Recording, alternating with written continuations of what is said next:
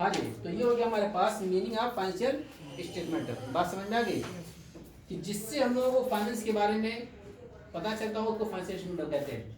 अब कंपनी के लिए कैश फ्लो बन जाता है, फंड फ्लो बन जाता है, और उसके अलावा नोट्स टू अकाउंट बनता है। बाकी के लिए सिर्फ प्रॉफिट लॉस और बैलेंस शीट ही बनती है, ठीक है। और उसके कौन कौन यूजर्स हैं, यूजर्स का मतलब कौन कौन से हैं, मैनेजर भी हैं, ओनर भी है, इन्वेस्टर भी है, डिबेंचर होल्डर भी है, सप्लायर भी है, एम्प्लॉइज भी है, और गवर्नमेंट भी है। सबको जरूरत है इसको, ठीक है। तो इन सबको जरूरत है, सबके सामने ये दिया जाता है। तो वही कह रहा है कि इसके अंतर्गत तुलन पत्र, बैलेंस शीट तथा लाभ हानि खाता, statement of profit and loss account और statement of profit and loss को मुख्यतः शामिल किया जाता है। वर्तमान समय में रोकड़ प्रवाह विवरण यानी कैश फ्लो स्टेटमेंट को भी वित्तीय विवरण का एक प्रमुख अंग माना गया है। संक्षेप में बता रहे हैं यहाँ पर कि वित्तीय विवरण के अंतर्गत वित्तीय लेखांकन के परिणाम के रूप में उन सभी विवरणों को शामिल किया जाता है जो किसी उपक्रम की वित्तीय स्थिति, वित्तीय परिणामों एवं इसमें परिवर्तन की स्थिति को परिलक्षित करता है। समझ में आ गई? तो इसमें बताया गया कि वित्तीय विवरण के अंतर्गत वित्तीय लेखांकन के परिणाम के स्वरूप में वित्तीय विवरण यानी फाइनेंशियल स्टेटमेंट के रूप में हमको रिजल्ट कर देता है। और रिजल्ट कौन देते हैं? यही सब देते हैं आपको। प्रॉफिट लॉस भी आपको रिजल्ट देता है, बैलेंस शीट भी आपको फाइनेंशियल पोजीशन के बारे में बताती है, कैश फ्लो बताता है कितना कैश आया कितना गया, फंड फ्लो बताता है कितना हमारे पास फंड था, उसका एप्लीकेशन कहाँ पर हुआ। ये सारी बातें जो हम लोगों को इसी रिपोर्ट से मिलती है। ये सारी रिपोर्ट्स, ये सारे प्रलेख, ये सारे डॉक्यूमेंट, ये सारे प्रतिवेदन क्या कहलाएंगे? फाइनेंशियल स्टेटमेंट कहलाएंगे। अब इसको सॉल्व करने के लिए बहुत सारे वर्किंग नोट्स किए जाते हैं जिसको हम नोट्स टू अकाउंट कहते हैं। तो वो भी उसी के साथ लगा रहेगा कि कौन सी चीज कहाँ पर वर्किंग नोट की गई है, कैसे इसे आई है, तो सभी चीज पे इंक्लूड रहेगी। अब वित्तीय विवरण की कुछ परिभाषाएं जैसे देख लो, जिनके पास जो भी बुक होगी राइटर अलग अलग होंगे, लेकिन अगर नाम ये दिया होगा तो डेफिनेशन सबकी सेम होगी, ठीक है ना। तो लिखना है इसमें स्मिथ एवं एसबर्न के अनुसार, स्मिथ एवं एसबर्न इन्होंने क्या डिफाइन किया हुआ है फाइनेंशियल स्टेटमेंट को। इन्होंने बताया वित्तीय लेखांकन के अंतिम उत्पाद के रूप में, वित्तीय लेखांकन यानी फाइनेंशियल अकाउंट के जो सबसे आखिरी चीज बन तैयार होती है, यानी फाइनल अकाउंट जिसको लोग कहते हैं, वही कर रहा है, जिसको अंतिम उत्पाद के रूप में वित्तीय विवरण एक व्यावसायिक संस्थान के लेखों द्वारा तैयार किए जाते हैं, जिनका उद्देश्य उद्यम की वित्तीय स्थिति तथा उसके हाल के कार्यकलापों के परिणाम को प्रकट करना और आय के द्वारा किए गए कार्यों का एक विश्लेषण करना होता है।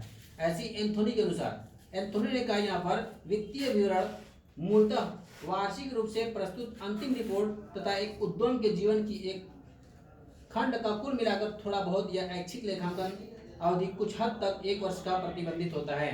यानी कि जो फाइनेंशियल स्टेटमेंट बनाता है कितने दिन का बनाते हैं हम लोग का? अक्सर 1 साल का बनाता है। कभी ऐसा नहीं होता कि 5 साल का और 3 साल का बनाया जाए। जब भी बनाया जाता है ये रिपोर्ट कब बनाते हैं? वित्तीय वर्ष के अंत में बनाते हैं और 1-1 साल के बनाते हैं, ठीक है। और हम लोग का वित्तीय वर्ष व्यापारिक के हिसाब से अगर देखा जाए तो कब से कब तक चालू होता है?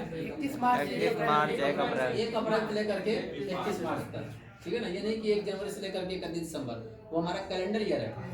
क्या है? कैलेंडर ईयर ऊपर आता है। इसको हम लोग क्या बोलते हैं? फाइनेंशियल ईयर बोलते हैं। फाइनेंशियल वित्तीय वर्ष यानी 1 अप्रैल से लेकर के 31 मार्च तक। और एजुकेशनल ईयर का क्या कब से कब तक है?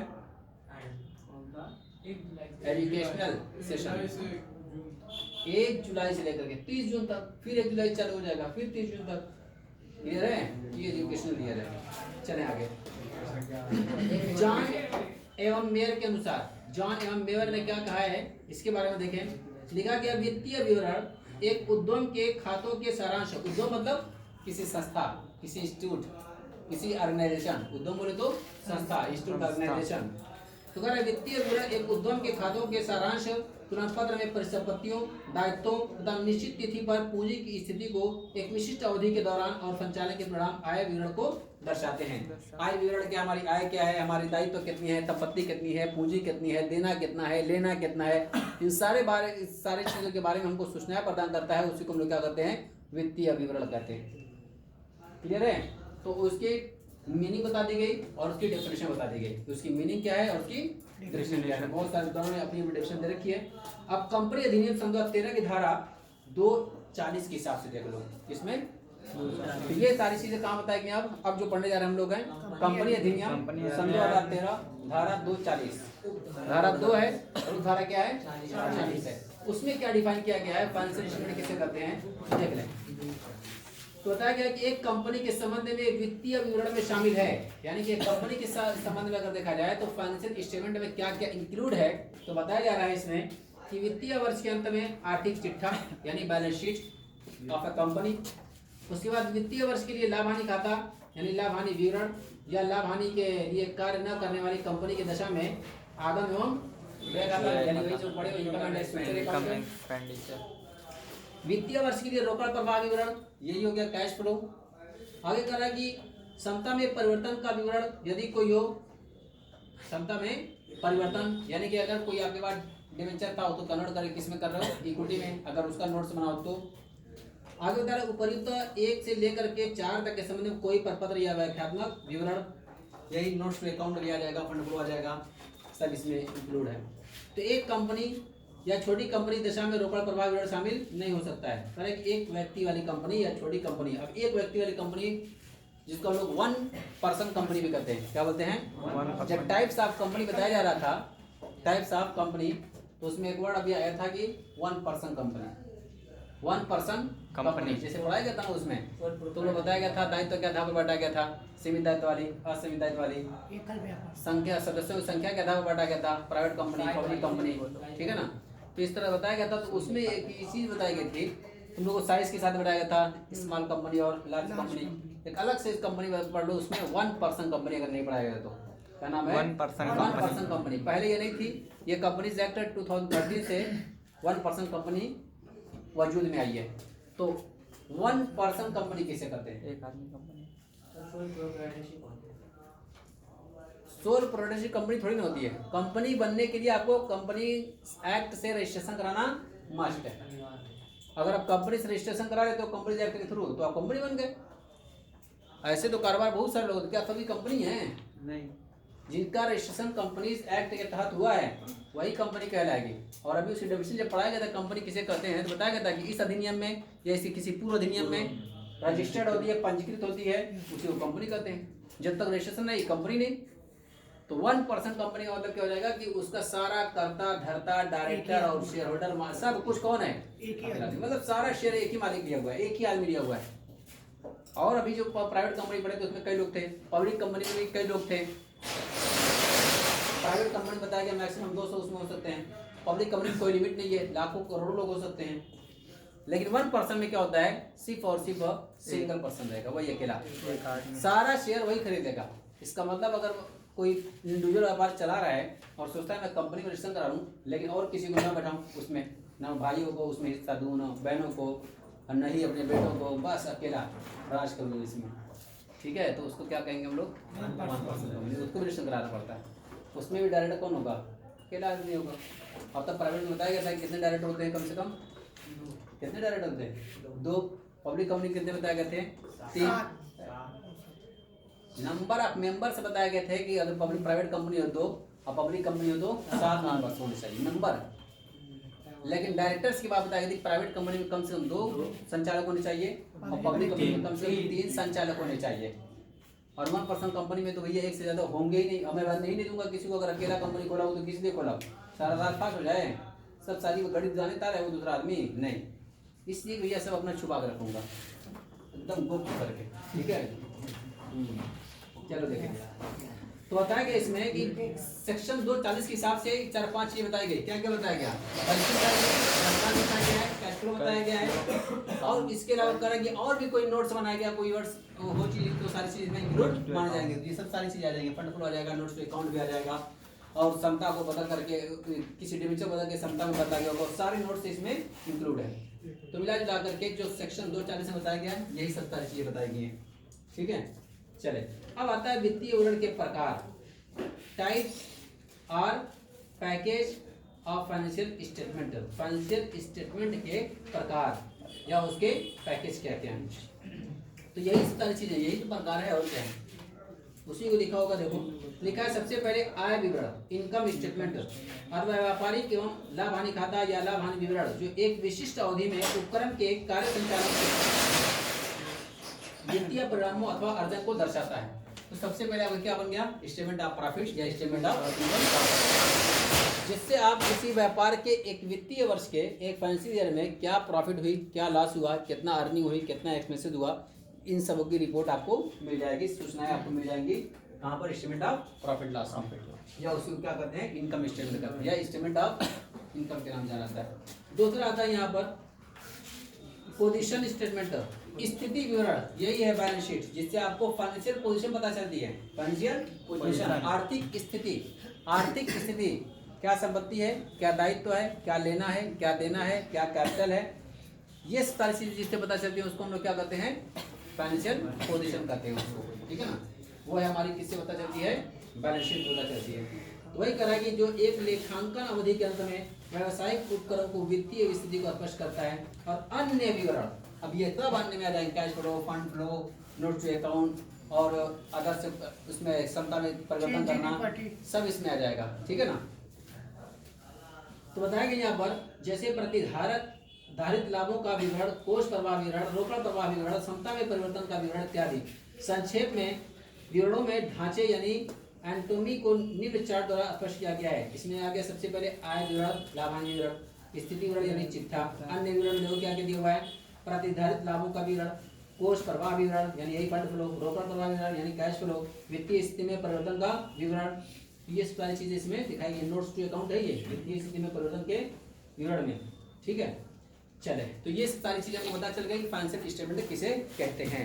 तो सिंपल लैंग्वेज में समझ जाना कि फाइनेंशियल स्टेटमेंट वो स्टेटमेंट है या वो विवरण है जिससे हमको किसी कंपनी के फाइनेंशियल स्थिति के बारे में पता चलता है, फाइनेंशियल पोजीशन के बारे में पता चलता है, जिससे उसकी आय और व्यय के बारे में पता चलता है, उसके लाभ और हानि के बारे में पता चलता है। तो इससे क्या पता चलेगा आपको, profit loss, balance sheet, cash flow, fund flow, notes to account, इन सब सारी चीज़ से आपको रिपोर्ट, बहुत सारी सूचनाएं मिल जाएगी व्यापार के। ये है व्यापार की कंपनी क्या है, फाइनेंशियल स्टेटमेंट है, ये रिपोर्ट है, क्लियर है, एक डॉक्यूमेंट है, दस्तावेज है। ये बताएं, हाँ बोलो। कैश फ्लो होता है या फ्लू होता है, ये देख लेंगे।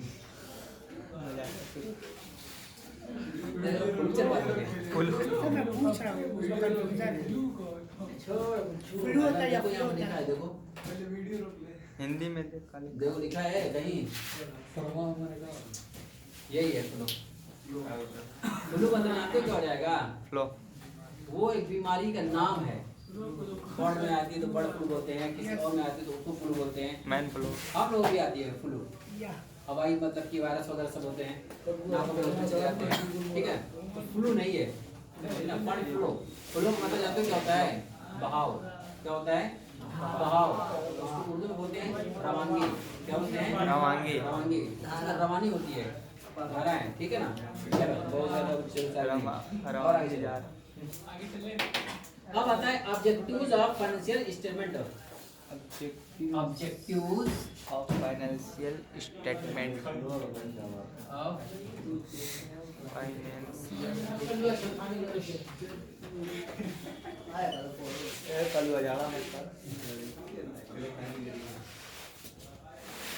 Objectives of financial statement.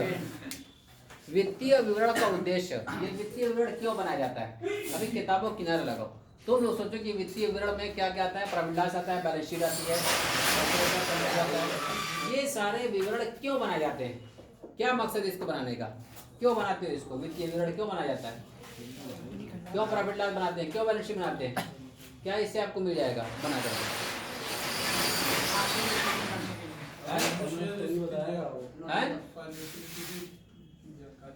ठीक है। फाइनेंशियल पोजीशन आपको पता चलेगी, आर्थिक स्थिति के बारे में पता चलेगा, और कुछ कोई भी चेक वगैरह करने आ जाए कि आपके पास क्या प्रूफ है तो दिखाएंगे। चलो सरकार को या इनकम टैक्स डिपार्टमेंट को दिखाने में भी काम आएगा, ठीक है ना। और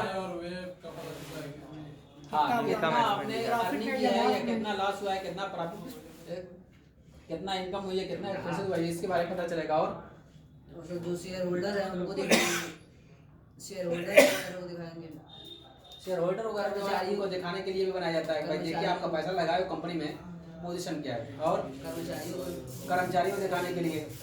अभी जितना बताया गया था कि जो आप ये फाइनेंशियल स्टेटमेंट बनाते हो तो इसके यूजर्स ऑफ अकाउंट भी हैं, क्या बनाता है?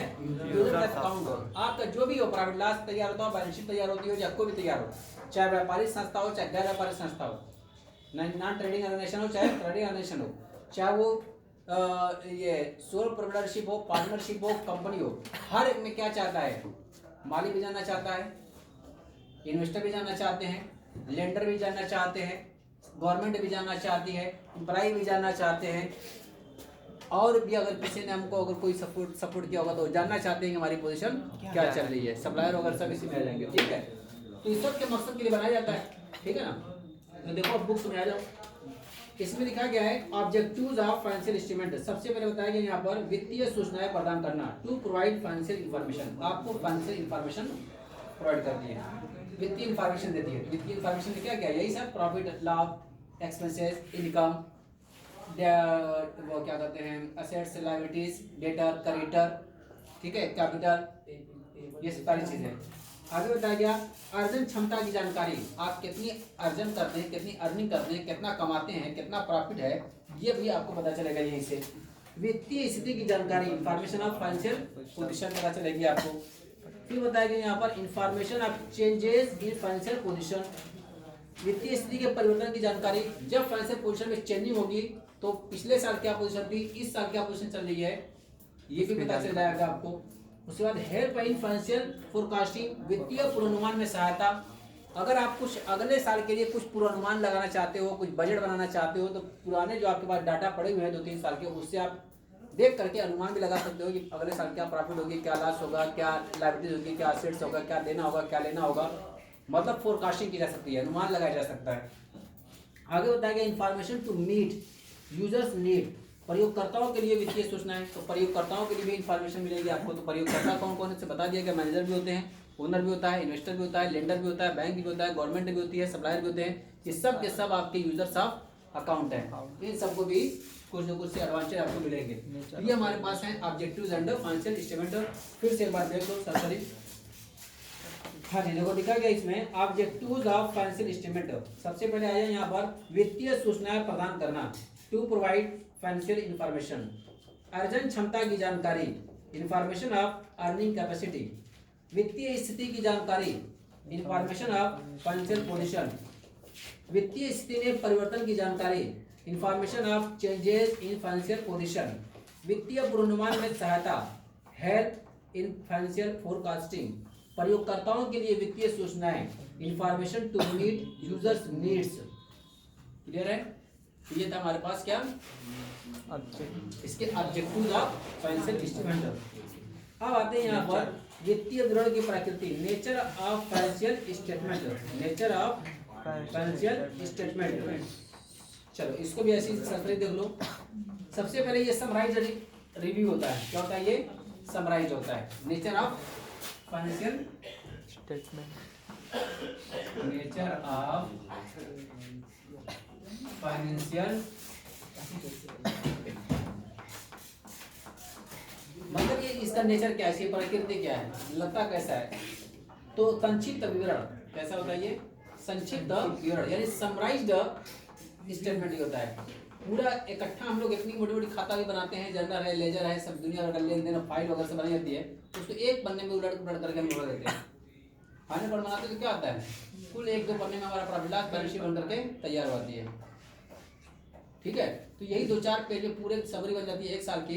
इस चीज को क्या कहते हैं हम लोग है, समराइज्ड रिव्यू, संक्षिप्त विवरण। नेक्स्ट आता है लेखांकन अवधि के अंत में प्रस्तुति, presentation at the end of the accounting period. जो हमारा अकाउंटिंग पीरियड होता है उसके एंड में ये सब चीजें बनाई जाती है, तैयार की जाती है। नेक्स्ट बताया गया लिखे गए तथ्यों पर आधारित, बेस्ड ऑन रिकॉर्डेड फैक्ट। जो रिकॉर्ड रखे गए होंगे उसी से बनाया जाता है। ये हवा में नहीं बना जाते हैं कि चलो 31 मार्च को तो बैठे बैठे बना देते हैं हवा में, वैसे। और अभी मैं बना के आ रहा हूँ हवा में उसको बकायदा लिखा जाता है एस्टिमेटेड और प्रोजेक्टेड।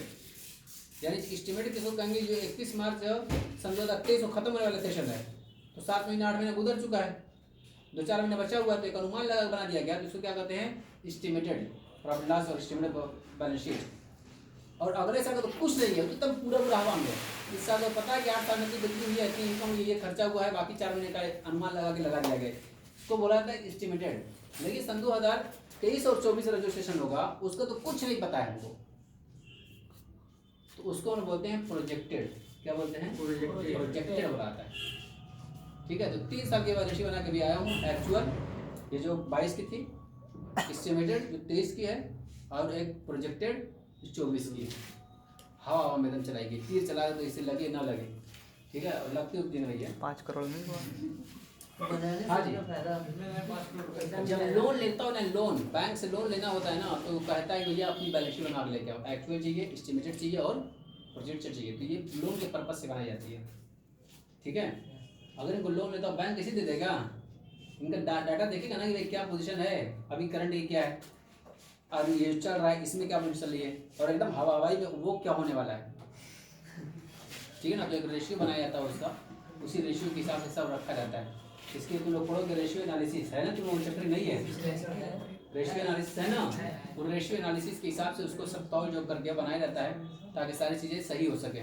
ठीक है, हाँ जी, देखें तो क्या क्या हम लोग बता चुके इसमें। समराइज रिव्यूअर्स यानी कि संक्षिप्त विवरण, लेखांकन अवधि के अंत में प्रस्तुति, presentation at the end of the accounting period, लिखे गए तथ्यों पर आधारित, बेस्ड ऑन रिकॉर्डेड फैक्ट्स, विश्वसनीयता का स्तर, लेवल ऑफ रिलायबिलिटी, लेखांकन धारणाएं एवं परंपराएं, अकाउंटिंग कॉन्सेप्ट एंड कन्वेंशन। जो भी अकाउंटिंग कॉन्सेप्ट और कन्वेंशन होंगे, यानी वही सब जो रेशियो से बनाना है उसके हिसाब से होना चाहिए आपका। फिर लेखापाल के व्यक्तिगत निर्णयों का प्रभाव, इन्फ्लुएंस ऑफ पर्सनल जजमेंट। तो ये सारी चीजें हैं जिसको देखकर बनाया था, ये उसके नेचर होते हैं। ठीक है, बाकी बातें हम लोग कल करेंगे।